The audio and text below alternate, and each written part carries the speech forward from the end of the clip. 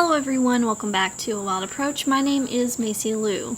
In today's video, I want to talk to you folks who are interested in gardening in general, but you struggle a little bit. Maybe you struggle with keeping plants alive. Maybe you haven't quite found your type of gardening that you like to do yet. Maybe you really love the outdoors, you really love wildlife, but you haven't quite figured out how to be a gardener and you're kind of struggling a little bit. This video is specifically for you, but it's also for people who have been gardening for a while, but they're kind of in a rut. They're kind of not, they've struggled this year. Maybe 2025 was just like a really tough year for them in their garden.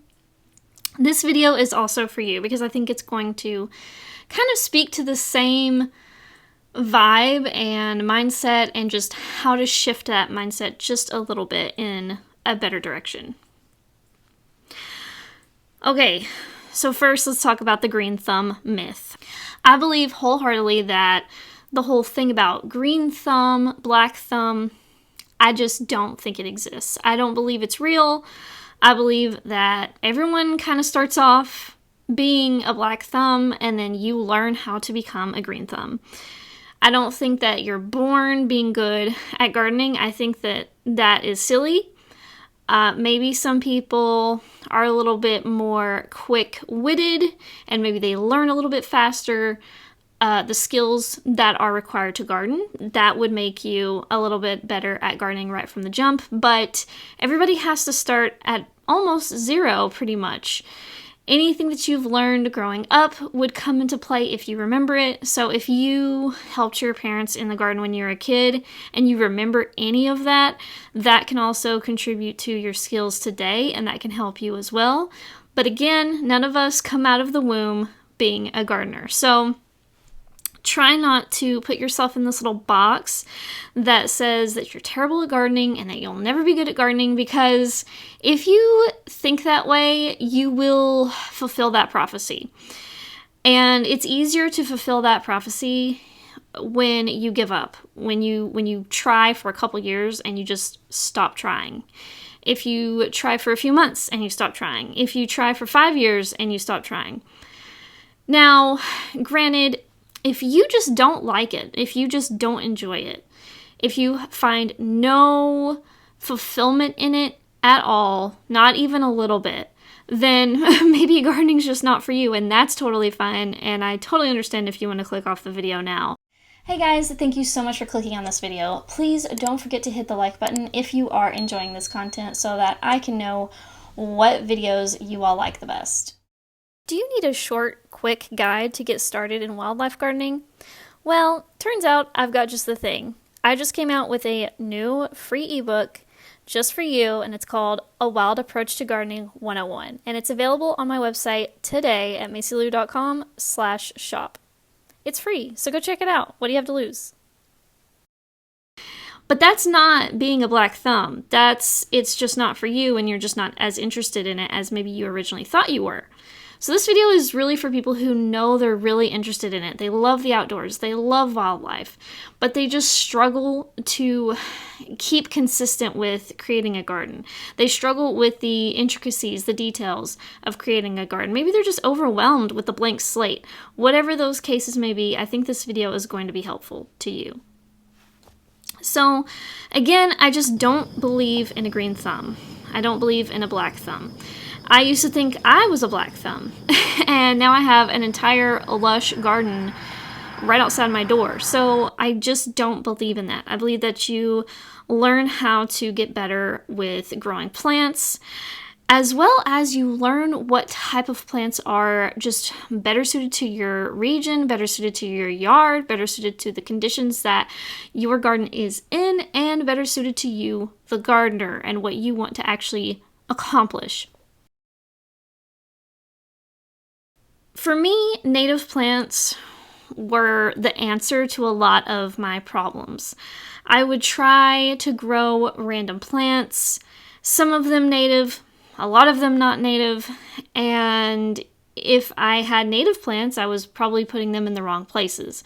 If I had non-native plants, they just were harder to maintain, they were harder to nurture, they were harder to keep happy, and it was just they weren't the right plants for my garden and for my region sometimes. And so it really pushed me towards native plants. And again, I have a lot of non-native plants too, but I have mostly native plants now, and that has been the path that has worked for me and has helped me get better at gardening and learn really the interconnectedness between the plants and the animals, which also helps them be more prolific in some ways as well, because those animals will spread the seeds. Also, in the beginning, I really was bad about not reading the plant tags, not caring what the plant needed, which was really... that was novice behavior. That was naive behavior, thinking that I could just put a plant wherever I wanted and it would just grow and I wouldn't really need to even think about the sun conditions or the soil conditions. That's fantasy land. That's not how anything works. And that's why people constantly say, right plant, right place. I know a lot of people are probably sick of hearing it, but it is true. Unfortunately, sometimes it can be tricky and you think you have the right plant in the right place and you end up being wrong. And you have to reevaluate your garden, reevaluate the sun conditions, the soil conditions, the moisture conditions, and figure out really, is it in the right place or not? But you also need to keep in mind that maybe it is the right place, but that plant was somehow succumbed to some diseases or insects. And that can happen too, whether they are native plants or not. They can get attacked by diseases, they can get attacked by insects, and obviously here on this channel, we're going to advocate you to not use certain insecticides and things like that, if at all possible, because it's kind of counterintuitive to, the wildlife life cycles, like butterflies, the caterpillars. They need the leaves, they need to be able to eat the leaves in order to complete their life cycles. So we don't really want to spray things because we see holes in the leaves. We want to actually not do that. We want to actually just let the wildlife use the plants. But sometimes when a plant is, young and it's getting chewed up, it might die. And instead of obsessing over each individual plant in my garden, I learned to think of the bigger picture. And that is my advice to you. Instead of focusing so much on each plant and trying to keep each plant happy and alive every day and obsessing about it, instead accept that many plants will die in this process. And just accept it as part of the process. It is totally normal. Some plants are in the right place and they just die of other causes. Sometimes it has nothing to do with you at all, and sometimes it does. Sometimes you give a little too much love to a plant. Sometimes you give it a little too much water. And maybe in the early days, before you learn more about native plants, maybe you fertilize things too much. That can also not be good too. So really what it's about is looking at the bigger picture. What are your overall goals for your garden? And are you accomplishing that with your plants rather than trying to just, basically think of plant A, whatever plant A is, as precious to you, almost like a jewel, almost like a diamond, almost like what's precious to you? Your precious pet cat that you have inside your house, right? Inside cats only, please. Your precious, whatever's precious to you. Don't think about each plant as being precious to you in that way, or at least try not to. It's kind of hard sometimes, especially when a plant really flourishes in your garden and matures in your garden and then dies years later. That's actually pretty tough. I would be really sad if either of my sassafrasses died, especially the one that has been in the ground a couple years now and has some maturity starting on it. To be fair, I would be heartbroken if that tree was destroyed in some way or died in some way. But that being said, try to focus on the bigger picture. It will help you not get as discouraged, because when something dies, it will be a little bit less heartbreaking if you look at it as, okay, that plant died, what can I replace it with? Can I replace it with the same species because it got destroyed by human hands and not by environmental reasons or not by being in the wrong space? Or do I need to actually choose a different species because this is just not the right spot for this species? And then go from there. That will help you make your future decisions. Don't let it discourage you when a plant dies. That is the main idea I'm trying to get across here. Number 3 is try more than once, but also learn from your mistakes.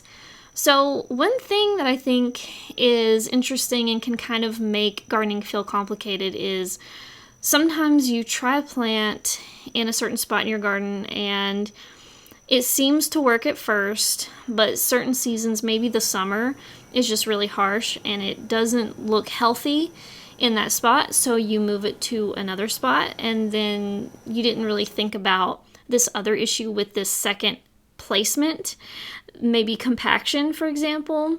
That has happened with one of my plants before. And maybe the plant dies in that second location, and so then you kind of regret moving it because you were like, well, it was sickly in location A, but at least it was alive. And then when I moved it to location B, it actually did die. I think that this is where you really kind of have to use your own judgment on this. Do you keep trying to grow this species of plant in different areas of your garden to see if it's going to survive? Or are you going to stop trying to grow that species altogether? And it's totally up to you. It's your judgment call. It also depends on your resources. It depends on how much cost goes into buying that species of plant, because some plants are fairly cheap and fairly easy to come by and fairly accessible, whereas other species of plants might be more expensive, sometimes even a lot more expensive, and might take more resources and work hours to save up for said plant. And so really you have to use your own judgment on that and just keep in mind what seems to not be working. If worst comes to worst, you might need a soil test. In fact, you should probably do a soil test before you even get started, just so it's out of the way and you don't even have to think about it. I know, I'm a hypocrite. I haven't gotten my soil test still.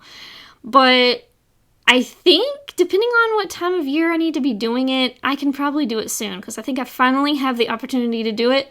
So I don't really have an excuse anymore. I should be able to do it as soon as the right time of year comes about. That being said, if you've already done a soil test and that's not the issue, I don't know. I don't know what the issue is. Is it insects? Is it disease? Is it the sunlight? Is it the moisture? It's usually a mixture of the sunlight conditions and the moisture. But if it's not that, it could be the soil type. It could be the pH. So look into that if you have to. And learn from your mistakes. That's the thing.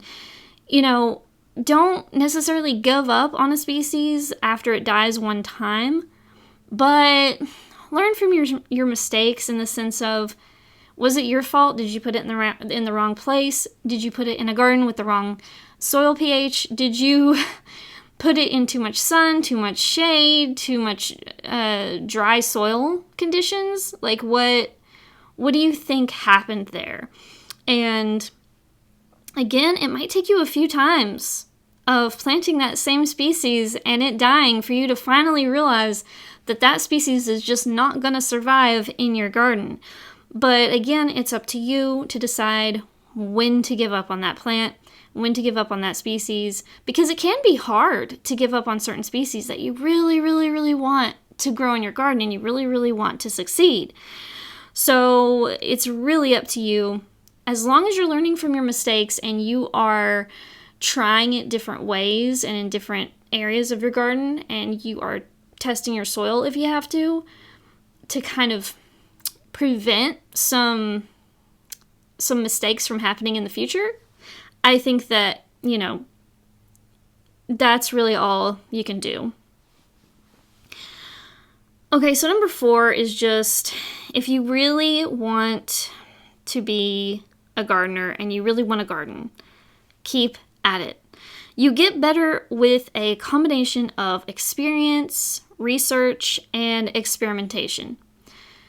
When you are working in your garden, you are learning valuable skills. Each time that you plant a new plant, each time that you mulch your garden, each time that you pull weeds, anytime that you do any kind of maintenance or brand new garden beds from scratch, anytime you transplant a plant, like these things are actually actively making your brain learn new things as you go and figure out what works, what doesn't work, what's difficult, what's easy, what takes a little bit more time and patience versus what is a little bit more of an instant satisfaction situation. And all of these experiences combined with research where you are looking things up in books, you've got resource guides, you've got wildlife plant books about landscaping with native plants, for example. You've got butterfly books if you're into butterflies and what they host on. You've watched like webinars from like Wild Ones or, Doug Tallamy or something like that. That would be the research portion. And then experimentation. Experimentation is kind of under the same umbrella as experience. But with experimentation, it's maybe you are going a little bit out of your comfort zone to learn new things in the gardening world.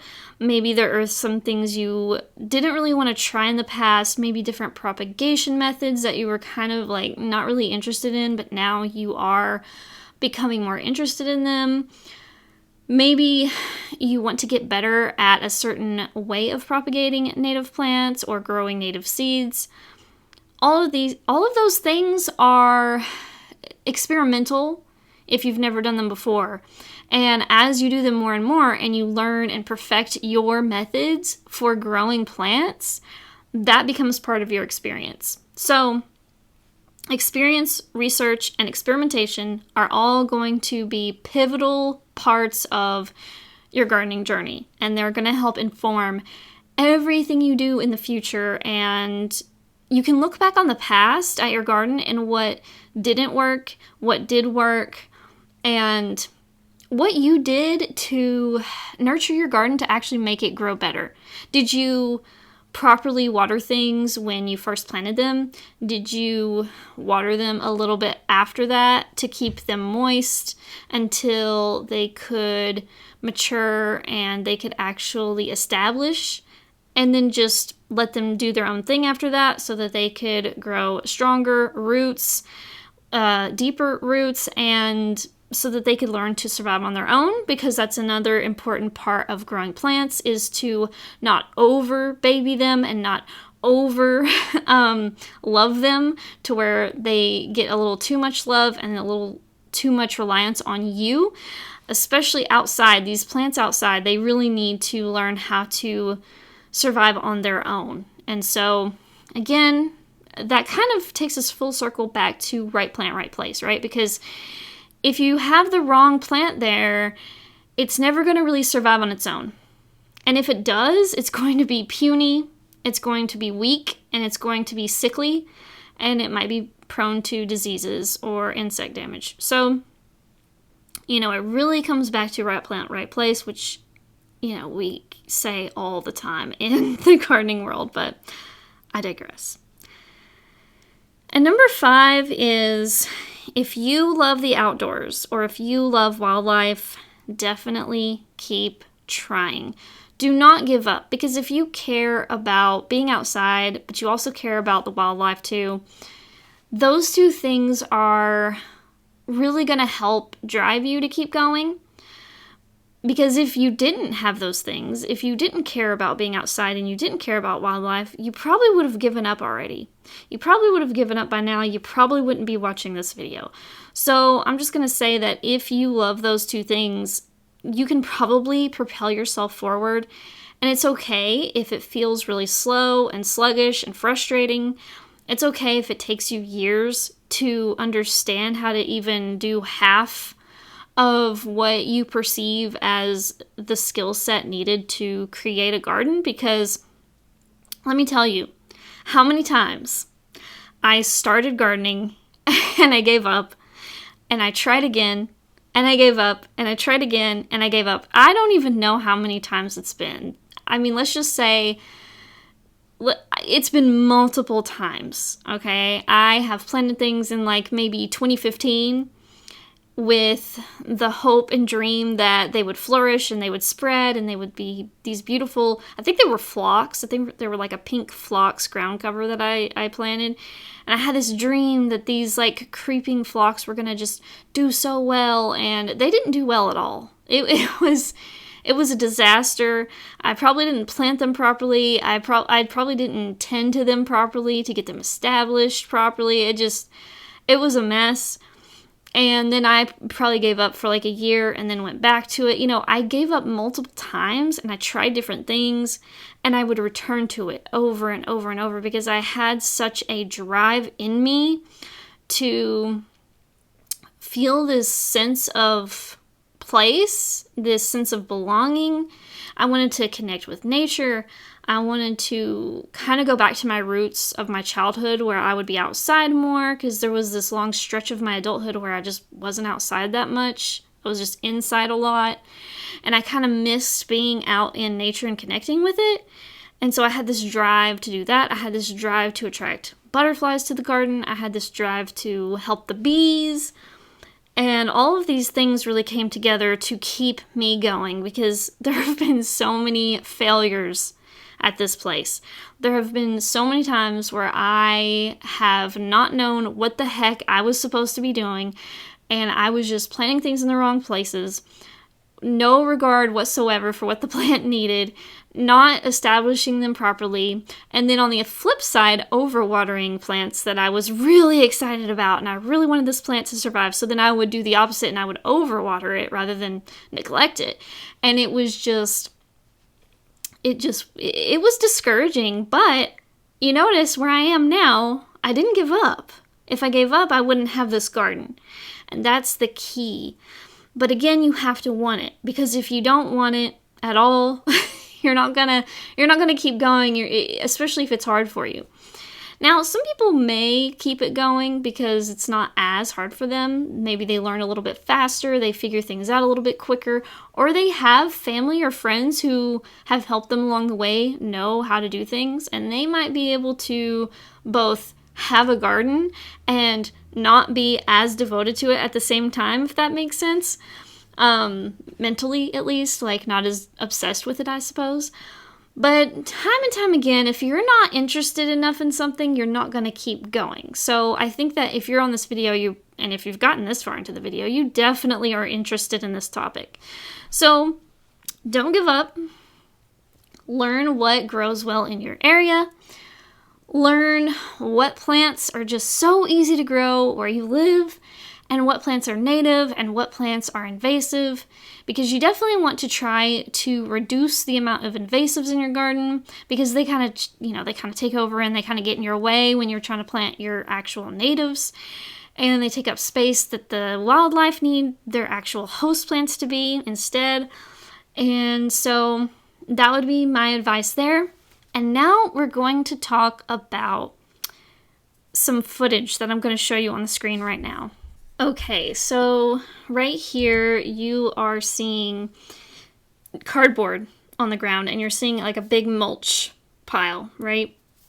These are the things that I started with. I started with leaves first. So if you can get fall leaves from your own yard, that'd be great. But if you can get fall leaves from other people's yards, that's good too. And I just covered the ground with cardboard, covered it with leaves, covered it with mulch, covered it with whatever I had on hand. And I eventually did compost, manure, all that stuff. But if you're doing native plants, you don't really need all the extra special stuff. You just really need the leaves. Yeah, you pretty much just need a lot of leaves. And preferably from someone that you know doesn't use insecticide, because you don't want that insecticide to taint your garden and to come into your garden if at all possible. And so that is what I started with. I started with just a bunch of leaves from like my in-laws' place. They have like these huge, beautiful maple trees, and I had a lot of maple leaves. By the way, maple leaves smell really good for the most part. So, but look at what it looked like in April 2015 with the little sad phloxes down there. Barren, just lawn with some invasive privets at the road, and not really much to speak of. And then sometimes I would just like dig up the lawn, and sometimes I would cover it in leaves, and sometimes I would cover it in cardboard and manure. I was experimenting. In 2018, I was in full experimentation mode when it came to killing the lawn. And I had also tried herbicide. I had failed multiple times at killing the grass with herbicide, because it would be gone for like a year and then it would come back, and it was just driving me absolutely batty. But as time went on, I started to grow my more traditional plants, not necessarily native, but things that weren't really native, like zinnias, cosmos, sweet alyssum was a big one that I liked. You can see it on the screen right there. But then here is June 2019. I want to show you the transformation between June 2019 and June of 2025. You guys, this is what I'm talking about. You can transform your space from nothing, blank slate, lawn, boring, to an oasis. I don't care how bad you think you are with plants. I don't care how many plants you have killed. I have lost count how many plants I have killed, and look what I have created over time. And again, like I say all the time, that does not mean that I've done all this by myself. There have been projects that I have had help with. My husband has helped me here and there. I've hired my cousin to help me here and there. I've hired my brother and my brother-in-law to help me here and there. My neighbor, I hired him to build the gate. And so in the meantime, we've just maintained the gate, painted it, disassembled it, reassembled it, all that stuff. I had my brother-in-law and my husband dig the hole for the pond. So I have not done all of this myself. I want to be clear about that, because I think people have the false impression that you have to do every single thing in your garden by yourself. I don't believe that. If you have the ability to hire people to do things, totally do it. There's been a lot of things I've done myself because I did not have the money to hire somebody. So for example, I had to dig a trench from my backyard to my front yard to get water out, keep water from constantly coming into my basement. And I did that. And that is a lot cheaper than hiring somebody to put in a French drain for you, or to put in a sump pump that you didn't really need, because really it was just a small puddle that you just didn't want to get into your basement to begin with, and you just want to prevent it from coming in at all, right? Anyway, I digress. But the point is as for the plants themselves, as for growing the plants, I learned that stuff from other gardeners, from family members, from friends, from YouTube, from Wild Ones, from webinars, from books, from all those type of things. I learned how to grow things, and I learned my own ways that I preferred to grow things. And I'm actually still deciding my favorite way to grow seedlings, for example. As you can see on the screen right now, these are seedlings. There are pros and cons to pretty much any way to grow plants from seed. So you really got to find your favorite method, because everyone's going to have a different method that they prefer. But that being said, I don't want you to give up if you are really, really interested in gardening, if you're interested in planting things, if you're interested in watching plants grow, if you're interested in attracting wildlife to your garden, such as bees, butterflies, birds, and everything else in between. I want you to keep going.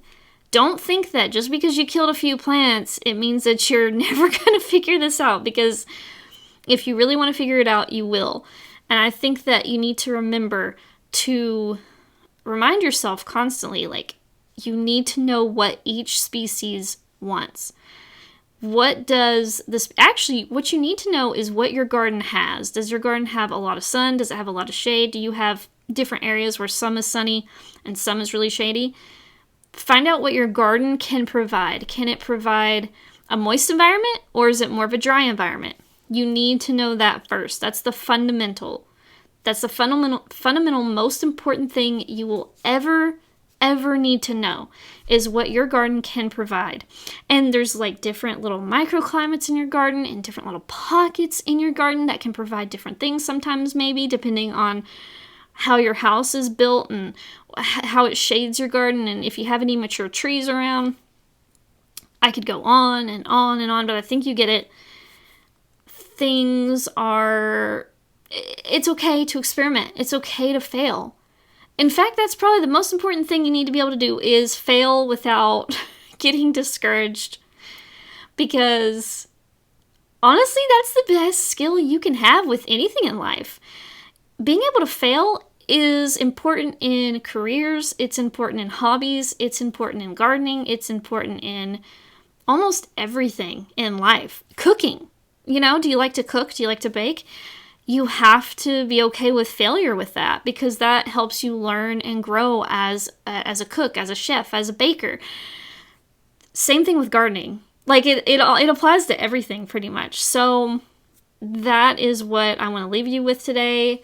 And I hope that this encouraged you. And I cannot reiterate enough how many years I sucked at this. Okay, from like 2015 to 2018, I absolutely sucked at this. That's 3 years of sucking at it.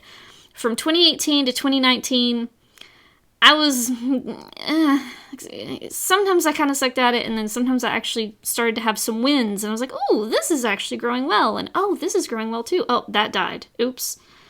So 2018, 2019, I was really finally seeing some successes, and I started to establish more things. I started to get a little bit more brave. I started to grow trees because I was nervous about growing really big trees, and I was just nervous about that height they would get and all that. But anyway, and then from 2020 to 2025, I've just been trying to improve. And I have a long way to go, especially with propagating, especially with like cuttings, rooting things.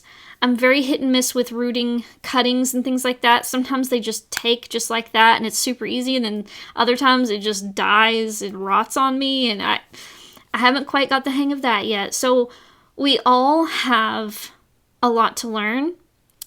And we all have a certain way to go.